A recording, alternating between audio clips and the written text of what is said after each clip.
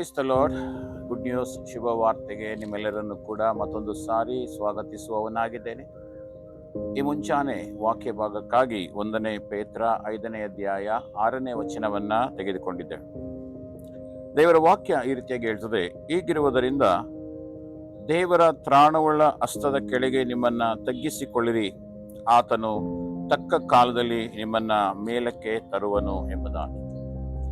ಹೌದು ಪ್ರಿಯರೇ, ಪ್ರತಿದಿನ ದೇವರ ಸಹಾಯವಿಲ್ಲದೆ ನಾವು ಏನನ್ನು ಮಾಡಲು ಸಾಧ್ಯವಿಲ್ಲ. ಈ ವಾಕ್ಯ ಹೇಳುವ ಹಾಗೆ ದೇವರ ತ್ರಾಣವುಳ್ಳ ಹಸ್ತದ ಕೆಳಗೆ ನಿಮ್ಮನ್ನ ತಗ್ಗಿಸಿಕೊಳ್ಳ್ರಿ ಎಂಬುದಾಗಿ.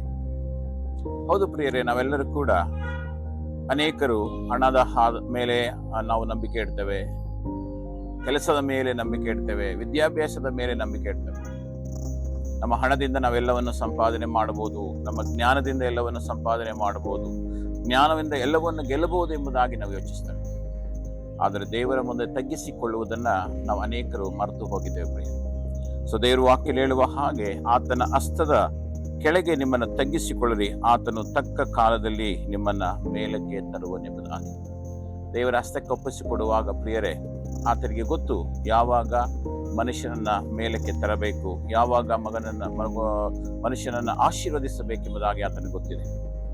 ಸೊ ಆ ಕಾರಣದಿಂದ ಯಾವಾಗ ನಾವು ಆತನ ಹಸ್ತದ ಕೆಳಗೆ ನಮ್ಮನ್ನು ತಗ್ಗಿಸಿಕೊಳ್ತೇವೋ, ಆತನು ತಕ್ಕ ಕಾಲದಲ್ಲಿ ನಮ್ಮನ್ನ ಮೇಲಕ್ಕೆ ತರುವನಾಗಿದ್ದಾನೆ. ಆತನ ಮುಂದೆ ತಗ್ಗಿಸಿಕೊಳ್ಳುವುದು ಎಂಬುದಾಗಿ ಹೇಳುವುದಾದ್ರೆ ದೇವರ ವಾಕ್ಯಕ್ಕೆ ವಿಧೇಯರಾಗುವಂಥದ್ದು ಪ್ರಿಯರೇ. ದೇವರ ವಾಕ್ಯಕ್ಕೆ ವಿಧೇಯರಾಗುವಾಗ ದೇವರು ನಮ್ಮನ್ನ ಮೇಲಕ್ಕೆ ತರುವವನಾಗಿದ್ದಾನೆ. ಈ ಒಂದು ವಾಕ್ಯಗಳ ಮೂಲಕವಾಗಿ ದೇವರು ನಮ್ಮನ್ನ ಆಶೀರ್ವದಿಸಲಿ, ನಮ್ಮನ್ನು ಹೆಚ್ಚಾಗಿ ಉಪಯೋಗಿಸಲಿ ಎಂಬುದಾಗಿ ನಾವು ಪ್ರಾರ್ಥನೆ ಮಾಡಿಕೊಳ್ಳೋಣ. ತಂದೆಯಾದ ದೇವರೇ, ಈ ಮುಂಚಾನೆ ಸಮಯದಲ್ಲಿ ನಿನ್ನ ಹಸ್ತಕ್ಕೆ ನಮ್ಮನ್ನೇ ನಾವು ಒಪ್ಪಿಸಿಕೊಡುತ್ತೇವೆ ಕರ್ತನೆ. ಏಕೆಂದರೆ ನಿನ್ನ ವಾಕ್ಯದಲ್ಲಿ ನಾವು ನೋಡ್ತೇವೆ, ನನ್ನ ಧರ್ಮದ ಬಲಗೈಯನ್ನ ನಿಮಗೆ ಆಧಾರವಾಗಿ ಕೊಡುವೆನು ಎಂಬುದಾಗಿ ಹೇಳಿದೆಯಲ್ಲ ಸ್ವಾಮಿ. ಹೌದು ಕರ್ತನೆ, ನಮ್ಮನ್ನೇ ನಿನಗೆ ಒಪ್ಪಿಸಿಕೊಡುತ್ತಾ ಇದ್ದೇವೆ. ನೀನು ನಿನ್ನ ಧರ್ಮದ ಬಲಗೈ ನಮಗೆ ಆಧಾರವಾಗಿ ಕೊಟ್ಟು ನಮ್ಮನ್ನು ಪ್ರತಿದಿನವೂ ನಡೆಸುತ್ತಿರುವುದಕ್ಕಾಗಿ ನಿನಗೆ ಸ್ತೋತ್ರಗಳನ್ನ ಸಲ್ಲಿಸುತ್ತಾ ಇದ್ದೇವೆ ಕರ್ತನೆ. ನೀನು ತಾನೇ ತಕ್ಕ ಸಮಯದಲ್ಲಿ ನಮ್ಮನ್ನು ಆಶೀರ್ವದಿಸುವವನು, ಇಕ್ಕಟ್ಟಿನಲ್ಲಿ ಸೂಕ್ತ ಸಹಾಯಕನಾಗಿ ನಡೆಸುವವನು ನೀನಾಗಿದ್ದೆ, ಅದಕ್ಕಾಗಿ ಸ್ತೋತ್ರ. ಈ ಪ್ರಾರ್ಥನೆ ಕೇಳುತ್ತಿರುವಂತಹ ಪ್ರತಿಯೊಬ್ಬೊಬ್ಬರ ಜೀವಿತವನ್ನ ಆಶೀರ್ವದಿಸಿ ತಕ್ಕ ಕಾಲದಲ್ಲಿ ಅವರಿಗೆ ಬೇಕಾದಂತ ಆಶೀರ್ವಾದಗಳನ್ನ ದಯಪಾಲಿಸಿ ನಡೆಸು. ನೀನು ಮಹಿಮೆ ಹೊಂದಿಕೋ. ಯೇಸು ನಾಮದಲ್ಲಿ